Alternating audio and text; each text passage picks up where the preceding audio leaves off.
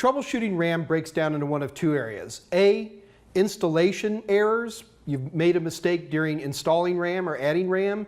And the much more scary one, things just suddenly go poof. So let's cover all those. First of all, the most important thing you need to be able to do is look in Windows and say, how much RAM does Windows see that I have? And to do that, I've got Windows 7 running, but this works the same in every version of Windows covered on the A+. As we're going to click on the Start button, go to Computer, right-click on it, and select Properties. So this is your system information for this particular system. And if you take a look, it says installed memory RAM, 16 gigabytes of RAM. And that's exactly what I have.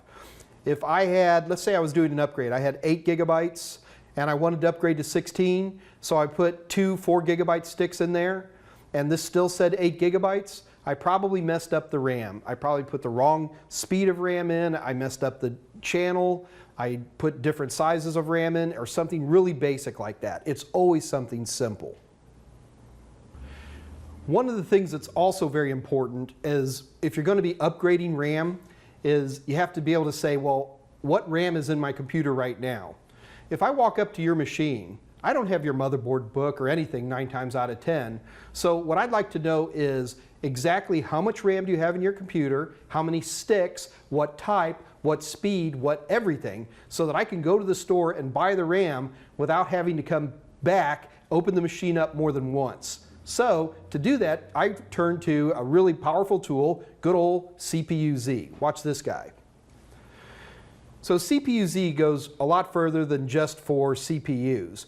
In particular, I noticed there's an option called SPD. SPD is a RAM feature called Serial Presence Detect, and it's kind of like CPU information except for RAM.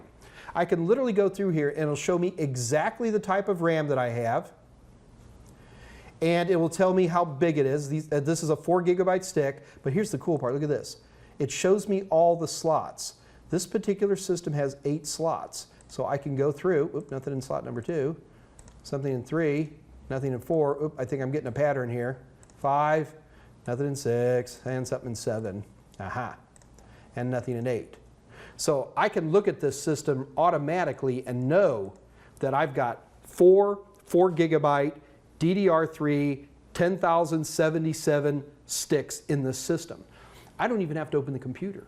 I know that there's 4 open slots. I can run to the store, get the right RAM, and I only have to crawl under this table once to put the right RAM in. So definitely take advantage of powerful tools like CPU-Z that use the SPD feature of your RAM to get the right answers. All right, so that's going to cover the basic stuff. The scary stuff is when RAM dies. There is something called mean time between failures, MTBF. Everything in this world has an MTBF. RAM has a mean time between failure measured in decades. So it will take decades before most RAM will fail on you. Now, that is assuming that you give the RAM good electricity and you don't kick it and you don't blow cigarette smoke in it and do all kinds of evil things to it that makes RAM unhappy. Because when RAM goes bad out of the blue, it's ugly. Invariably, you'll get either a blue screen of death where your system simply locks up out of nowhere. You'll get reboots. You'll get complete freezes where it just stops moving completely.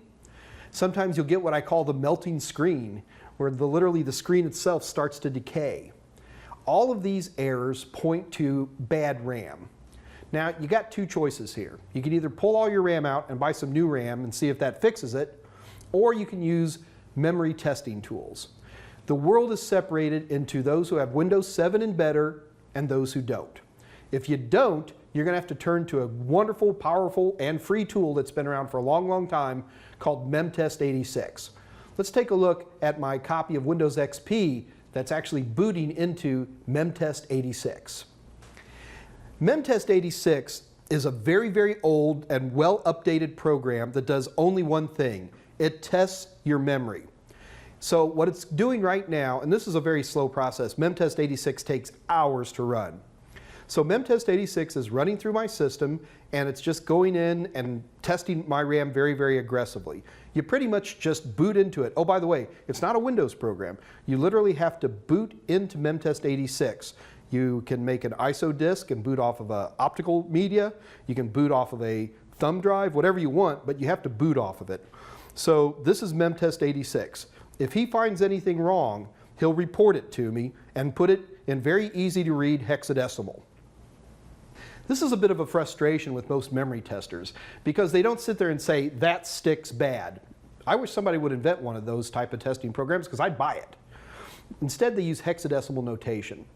The bottom line is that if a program like memtest86 shows an error, and it'll say it pretty clearly, error at memory location, blah, blah, blah, you know that one of your sticks is bad. Most of us don't have any more than 4 sticks of RAM. So you use a process of elimination and try to figure out which one's bad. But at least the important thing is tools like this will tell you you've got bad memory, as opposed to, gee, do I have bad memory or not? So that's how we got to deal with it if we're before Windows 7. Now, if you're in Windows 7 or later, it comes with an excellent memory testing tool. Let me show you that. Now, if you're in Windows 7, all you have to do is go into Control Panel and go under Administrative Tools. This is a little bit kind of anticlimactic, and find Windows Memory Diagnostic. Now, just like Memory Test 86, he has to run on his own. Now, instead of having to boot to it, what we can do is do a restart and have it check for problems. We can do it right now, or you can tell it to wait for the next time you restart your computer. So, either one that you choose, when you reboot the computer, you're going to see a screen surprisingly similar to what you see with memtest 86, where it does pretty much the same thing. Even down to the color of the screen, they're very, very similar. The bottom line is that these tools run without Windows in order to aggressively test your memory. Also, keep in mind that they don't really tell you exactly what stick is bad. They just let you know a stick is bad, and then it's through process of elimination that you get to figure out how to do it.